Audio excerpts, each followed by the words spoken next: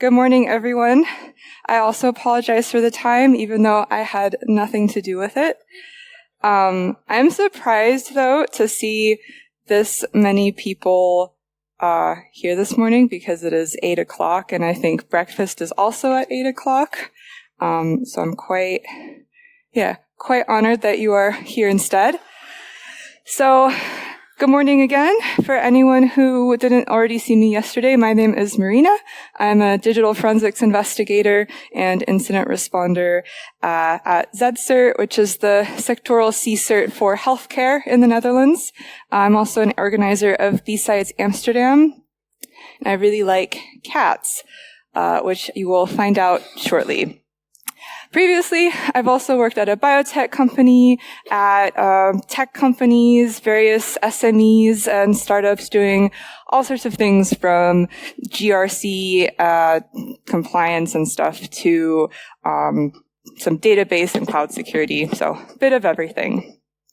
What I'm talking about today is a project at a company I no longer work for, which means, unfortunately, I'm limited in the details I can share, so no screenshots of the environment, but I have done my best to recreate some of the important things as well as some of the important feelings. The project, NTLM, it was a project that caused much grief for around 2 years. And spoiler alert, it did fail at its original goal, which was unfortunate. My goal here today, however, is to partially commiserate, partially share some hopefully helpful tips in case anyone wants to try this at home. It's also to maybe get some empathy for various sections of the IT and business aspects that sometimes can butt heads. And hopefully some of that can help prevent a future dumpster fire. You might also be questioning, what is a IT project doing at a CTI conference?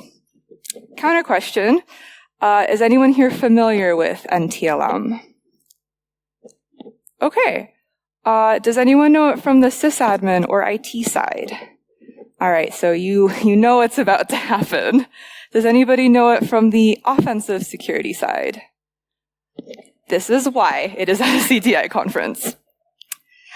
Does anyone actually here work for Microsoft?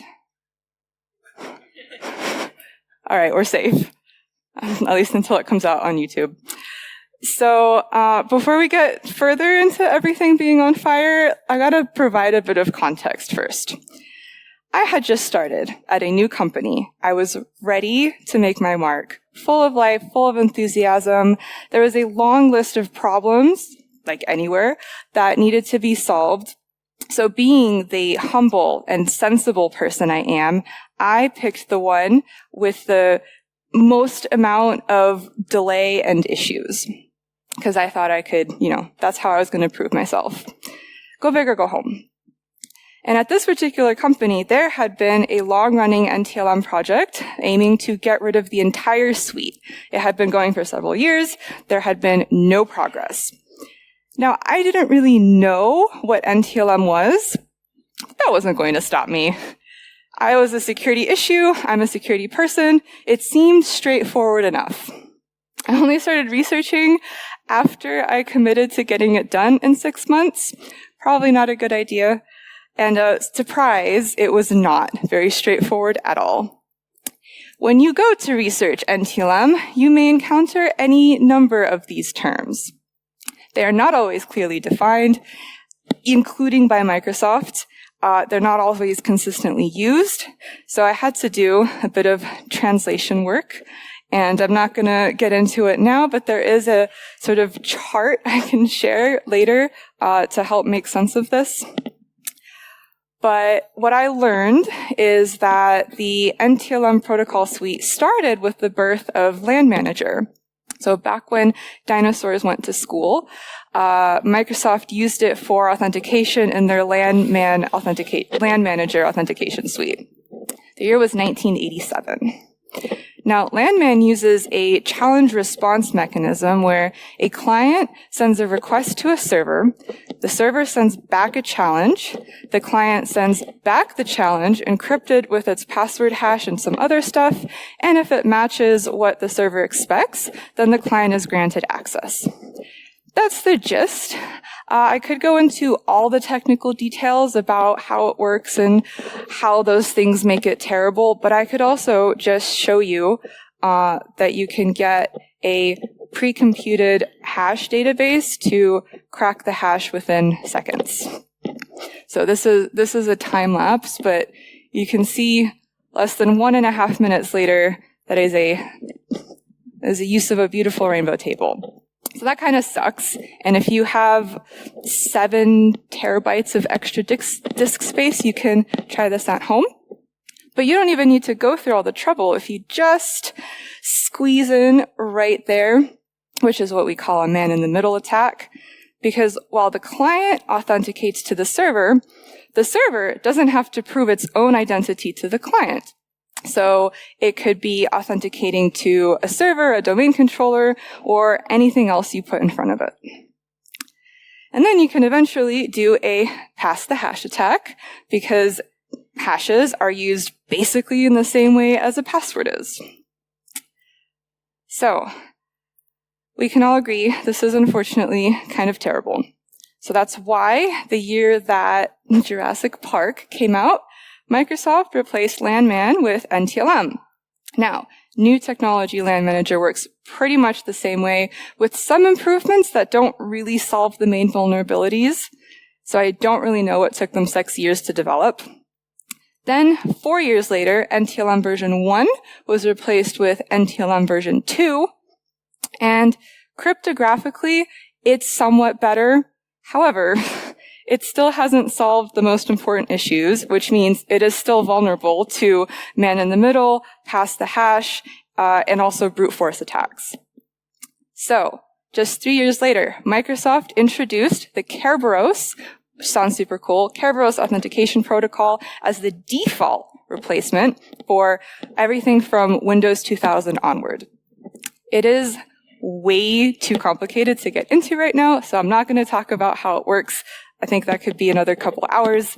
But I will say that it is much better than NTLM. It uses AES instead of DES encryption, so it's much harder to crack. It does have its own catchy vulnerabilities like Kerberosting or pass the ticket.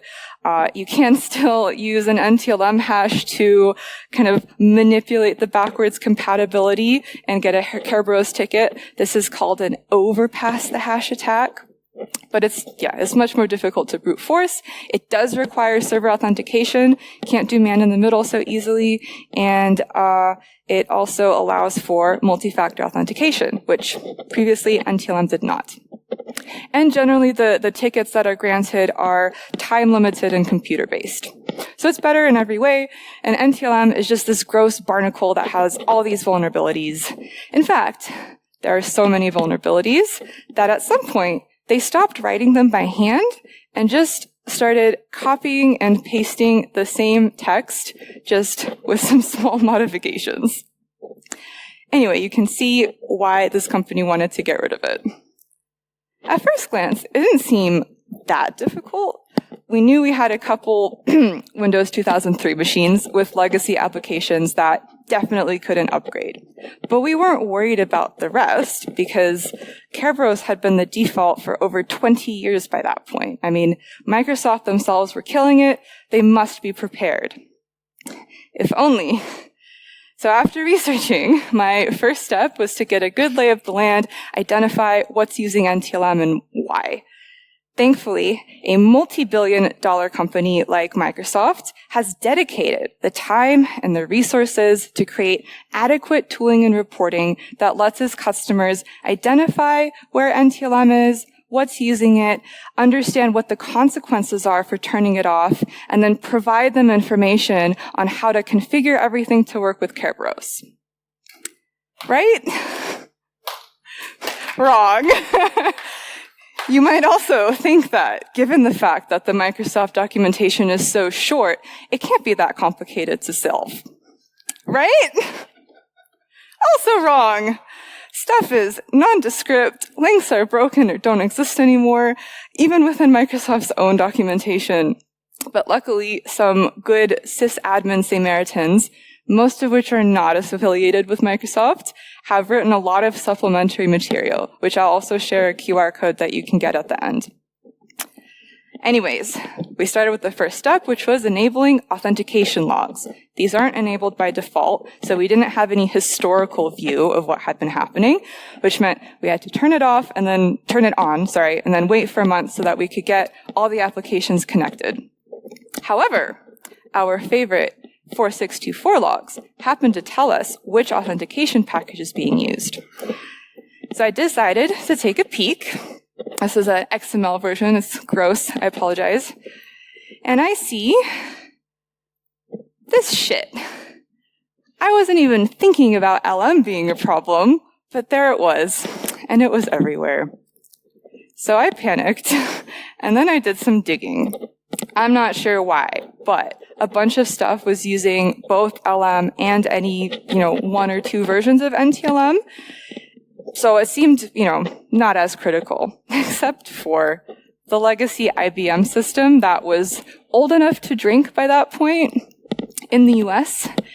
There were also a couple of laboratory applications and devices that couldn't be upgraded, and naturally, both of these things were business critical for entire regions and departments. So no, they couldn't just be switched off. This wasn't a fun discovery, but it is good to find out about these things before turning something off rather than after. So I moved on to NTLM version 1. The connections were quite easy to identify, mainly because there were a metric fuck ton. And at this point, I should have recognized that this was a bigger beast than I had initially thought. But, I'm clueless, naive, delusional, call it whatever you want. I started with identifying just which usernames, host names, and IP addresses were using it the most. Have to make a start somewhere. So there was one who was solidly at the top, just the absolute worst offender, anonymous logon. It looks really scary, but thankfully this is a red herring. These aren't actually connections. These aren't logins to resources. Just random services doing stuff in the background, but for some reason they still get logged this way. The magic of Windows. Anyway, moving on to version 2. Sorry, skipped ahead. Now that I had authentication logs for NTLM specifically, it was just a matter of looking through them, seeing what the connections were, making a list of those applications, and then figuring out which could be upgraded to Kerberos. Right? Nope. This is Microsoft we're talking about. Nothing is so simple or easy or logical. Now, I don't know how it works in other people's environments, but in this one, the logs showed what client was trying to authenticate, but not where it was going. So all you could see was that a client had successfully authenticated using NTLM version 1 or 2, but not what it was trying to access. And that why behind those connections was exactly what we needed to identify what could be safely upgraded and what couldn't. It's not very helpful. So I then entered a rabbit hole of trying to figure out what was behind those connections. And to be completely honest, I never reached the bottom. That's genuinely disappointing to say, because I wanted to make a script, write a tool, find out some kind of method that other people could use to save them from this entire headache. And I didn't figure it out. I tried everything. I was reading YouTube comments at one point. I read every Reddit crumb. I read every page that Microsoft had published anywhere. I couldn't use the process ID that was requesting the connections because it was always NTLM SSP doing it. I couldn't track the logon ID because a new one would be created every time the authentication was successful. We didn't collect logs from our endpoints, so I thought, that's fine, I'll just use our SIEM tooling to do that. But then I went into the individual machines and saw those logs weren't even populated. There were a couple of things I could sort of track down and sort of get a general idea of what was happening. But I needed something that could verify this at scale. That was not it. Now, I like solving problems. I like understanding how things work, why things go wrong, and then how to fix them. I'm very happy to dig for hours or days, just trying to figure something out. But I didn't have those hours or days. This wasn't my only project. This wasn't my only responsibility. I still had to resolve incidents, check tickets, tell people, no, that password isn't good enough. You're not allowed to use it. I had to investigate things for legal. And there were just a number of other short-term and long-term tasks. I had a lot on my plate. It is entirely possible, in fact, likely, that I missed something or I got something wrong. If anyone here is able to point out exactly what, I will be genuinely grateful for it, because I wanted to solve this problem. But like so many other people in the same situation, I just didn't have enough time, focus, energy, attention span, support, money. And the IT guy I was working with, there was just 2 of us for this project. Some companies it's only 1. But he was in the same position that I was. But do you know why I had to go down such a rabbit hole? Because Microsoft doesn't even tell you what uses NTLM. Some of you might be wondering if we reached out to Microsoft support. And if you've ever done that as a small medium enterprise, you know that we did over many months and got, unfortunately, absolutely nowhere. At this point, despite very much not being a sysadmin, I happened to know more about NTLM than every support specialist that we were getting. And they always gave the same advice that we had already tried, that didn't solve the issue, and then they would close the ticket. And they would do, this is just a personal grudge at this point, but they would do this thing where, like when you log a Microsoft ticket, you can specify how you would like to be contacted, either by email or by phone. I have the attention span and memory of an overly caffeinated squirrel, so I need everything in writing. Everything has to have a paper trail. I always exclusively choose email. However, they would still call, let the phone ring once, hang up, and then close the ticket saying, I was unavailable. The gall. Anyways, I gave up. I went to management. I told them what I had tried. I told them that I had failed. I did give them the lay of the land we did have, like which machines we identified definitely couldn't be upgraded. And I told them my best educated guess, gave them a very conservative plan about how to gradually upgrade from, LM to no LM and NTLM. And they accepted. So we started with removing LM and both versions of NTLM for a very small group of pilot IT workstations. And then everything started breaking. Because apparently, even though Microsoft says that everything should work with Kerberos, it does not. What a shocker. If you have any of these in your environment, disabling NTLM will cause them to fail. Do you know a business that can survive without all of these things? Neither do I. Some, not all, but some of these things can be configured to use Kerberos by default. Is that a straightforward process? No. Does it always work? Also no. Is it always clear why it doesn't work? Also no. For Kerberos to function, the authenticating client needs a direct connection to a domain controller, or technically the Kerberos ticket granting service can be on a domain controller, but anyways, needs to have a direct connection. If it doesn't have that for any reason, like maybe you're going through a proxy server or you're using a VPN, then it falls back to NTLM. If you maybe, have a DNS misconfiguration, because those never happen, and things start using IP addresses instead of domain names, it will also fall back to NTLM. We also had various applications just keel over and die when we turned it off, probably for these reasons, but I'm not entirely sure. Like I said before, there wasn't enough time to do a proper root cause analysis. And why would you even spend time on that when the easiest solution is to just switch it back on again? So we had to compromise. It was clear we were not going to get rid of the whole NTLM suite, but at least we could do LM and NTLM version 1, which were the worst offenders. So we started with disabling LM and NTLM version 1 for workstations. We went region by region.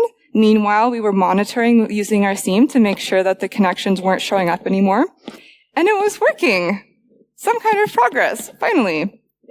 So the way you do this is by setting in the registry the LAN manager compatibility level to block NTLM and NTLM 1 and LM, and to only accept and use NTLM version 2 and Kerberos.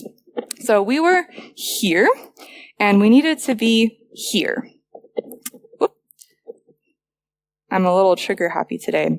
Anyway, I don't remember any major incidents here with the workstations, just people having printer issues, which is business as usual. So the next step was servers. And this is where I learned the Dutch phrase peep test, which is where you make a change, you don't tell anyone about it, and then you just wait for somebody to complain. And the American version of that is scream test, which I also think says something about our cultural differences. But anyways, here we had more incidents. It was lucky timing because those crusty Windows 2003 servers I mentioned earlier were getting finally evicted. But the peep test eventually brought up things that could be reconfigured to work with Kerberos or upgraded so that they would. At the end, we had a manageable list of exceptions of about 10 servers or so. This part also lasted way longer because for this change to take effect, a restart needs to happen. You can't just reset a server willy-nilly. So we had to coordinate with our IT managed service provider to make sure that the upgrade was happening during an update window, so that they could monitor if anything went wrong. It was a controlled environment, could be rolled back if necessary. So that took a bit longer. But yeah, you can force a GP update without a restart, but for the protocol to actually start getting blocked, you have to turn it off and turn it back on again. But yeah, at the end, this meant we had finally disabled LM and NTLM version 1. It was very exciting. It almost didn't feel real. Like after all these issues, can we trust what's happening? Like, have we actually made progress? But we had. That's what happened. We did it. The last step was to change the LM compatibility levels on domain controllers. We'd already done that for the rest of the environment, so that wasn't going to be a big deal. They would just block LM and NTLM 1. Nothing was using it anyway, so shouldn't be a problem. You could smell the light at the end of the tunnel. And then I went on holiday, which, in hindsight, was not very smart. I tried to compensate by prepping all the communication, communicating the rollback plans, at least the rollback procedures I could imagine. I handed everything off to my IT colleague. There weren't any recent incidents. I thought it would be fine. So I boldly left my phone on my desk at home, and I flew to Canada. This was when the entire company shut down. That's a marmot, by the way. And this was me, blissfully unaware. Now, I found out about this after I got home, but something happened between the Wednesday the change was supposed to happen and the following week that locked every employee out of the network on Monday morning. To this day, no one knows exactly what went wrong, but a mistake was made. Instead of gradually moving up the domain controllers to a stricter level one by one, the LM compatibility level for clients shot down to level 0, and the level for domain controllers shot up to level 5. Can anyone see a problem with this? Correct. So suddenly, clients were only using the authentication method that domain controllers explicitly refused, which meant logging into any endpoint was no longer possible. And people who were already logged in were getting kicked out anytime a reauthentication was triggered. So, that's not great. But no one knew that that was the problem because the change wasn't communicated the day that it was made. So they thought it was a cyber attack. And after crisis handling until 4 a.m, it was my security colleague who saved the day. You couldn't directly access any devices. So you couldn't see any settings or logs or error message on client servers or domain controllers. But we did have EDR and centralized logging, which he used to investigate what was happening. So he looked at I'm too dyslexic to remember the number, but the failed login event IDs, eventually realized that those might be related to my NTLM project. Then he logged into the domain controllers, saw this LM compatibility level mismatch, and manually reverted the settings down to level 3. So they were accepting all kinds of logins, LM, NTLM1, NTLM2. So the incident was resolved 24 hours later. However, the original problem wasn't resolved because the domain controllers were now accepting LM, NTLM1, and 2. They hadn't blocked it.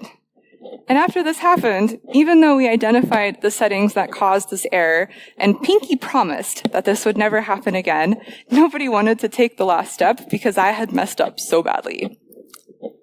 I did learn some things from the experience, though. For starters, I obviously should not have planned a holiday and a major change at the same time. I should have pushed one or the other to make sure I was fully present and fully available. Please learn from this if you are young and stupid. Better communication also would have either fully prevented the issue or resolved it way faster. I definitely did not communicate to enough people that this was happening. But another thing I realized was how important it is to be kind, not just because of the goodwill that it garners that allows you to take risks and sometimes fail, but because my IT colleague was ruthlessly mobbed and bullied for this. And yeah, it's inconvenient. I understand being upset, but nobody died. Our stocks didn't plummet. The company didn't shut down. Nobody was injured or hurt. People were inconvenienced for a day, which I'm positive had a business impact, but I still don't think any of that is worth being an asshole about. Human error will always happen when there are humans involved. If there aren't effective technical and procedural guardrails in place to prevent an error from happening, I don't think that's a failing of the individual. I think that's a failing of the organization and the structure supporting it. Punishing mistakes and assigning blame distracts from actually solving problems. And while businesses are busy nickel and diming every quarter of their security budget or firing IT employees to keep costs low, do they ever keep costs low that way? I don't know. But while they're doing that, adversaries are taking advantage of it. We will never be on a level playing field if cyber criminals are working better together than we are in our own IT and business departments in the same company. Or when we need to battle our own supplier to fix a problem that they caused. So the problem we're talking about is far bigger than any one protocol, team, or organization. What about Microsoft, though? Where have they been in this whole process? Microsoft created this insecure protocol, put it in absolutely everything, and then told us to stop using it without providing a clear way and tool set to do that. On top of that, they didn't even remove it from critical Windows features, and then when we went to Microsoft to solve the problem, they couldn't even help us do the very thing they were asking us to do. I'm not a business person, so I don't know what happens behind the scenes. I'm just, the IT security guy. But it sure looks like Microsoft created a huge problematic dependency and is now putting all the responsibility on end users and companies to fix it. And I'm not the only one who feels like that. This is the official Microsoft Reddit announcement for the change, which separately is an interesting method of communication, but whatever works. But other people are also unhappy with things like the lack of tooling and support. They are also overwhelmed and stressed, not enough time and resources, or they also have difficulty finding the right information. And then there's this guy, who is clearly not at his first rodeo. Microsoft has been maintaining NTLM for backwards compatibility because if they don't, the world breaks.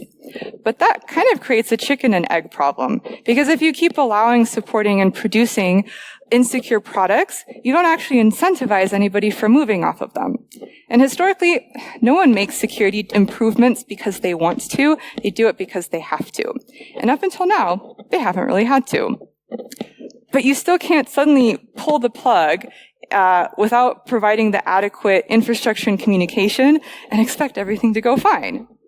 Add on top of that, businesses keeping IT security budgets low and understaffed, or progressively outsourcing more and more things to people who maybe aren't the best people to do it. Hopefully, in the grand scheme of things, I do firmly believe that this is a right change in the direction of security, as difficult and uncomfortable as it can be. Hopefully, this change will push companies to migrate away from NTLM, since future Windows clients and servers will no longer support it. NTLM version 1 is already completely removed from Windows 11, and future Windows servers won't even have NTLM 2. So, if you want to try this at home, I've collected some helpful resources on understanding, finding, disabling, and abusing NTLM in an enterprise environment.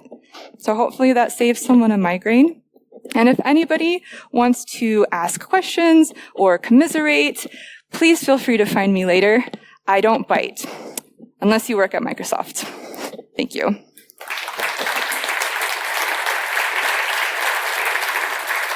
Thanks for the talk, Marina. This is one of the best talks I've seen in a long time. At 8 o'clock in the morning. Fantastic, great job, and you're a great speaker. This was really, really good. There's the interesting thing. I don't know if you're aware, so I might be mansplaining, but pardon me. It's 8 o'clock, so give me the chance. With Microsoft, there is a scale of they don't like you, they don't like you, they don't like you, they really don't like you. You get invited to talk at Blue Hat, and you might be reaching the second end of that scale here. If I were so fortunate, guess we'll find out. You can talk to Benjamin Delpy. Delpy? He knows how this scale works. I'm sure he does. All right. I'm stunned. Anyone else? Any questions?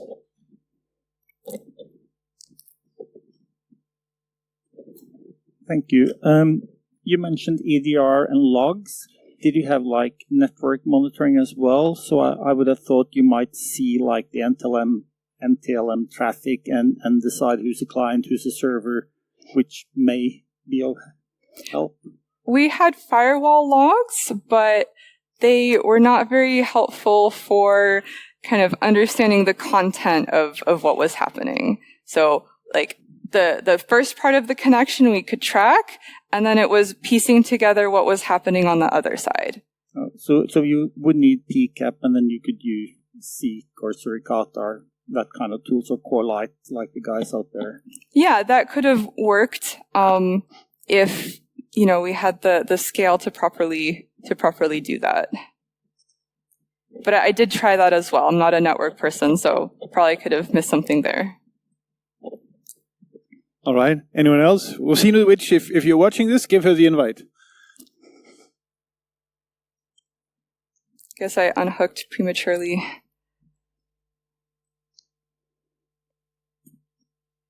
Hello. I'm wondering. It looks like you're taking a lot of the blame on you in regards to that moment of despair and joy you had in Canada and so on. I have sometimes the impression that we security people, whenever we try to bring the organization to positive change, we take always all the blame on us. But what about the process and procedures that organizations do? Change management that's meant to be there. So if something goes wrong, we know what we did. I'm wondering, how was that relationship was there change management in your organization back then? And did they play a role in identifying, well, I guess they didn't with the story, but how did you manage to understand why? Is it just because it was also broken, change management concepts, or because people forgot there is change management?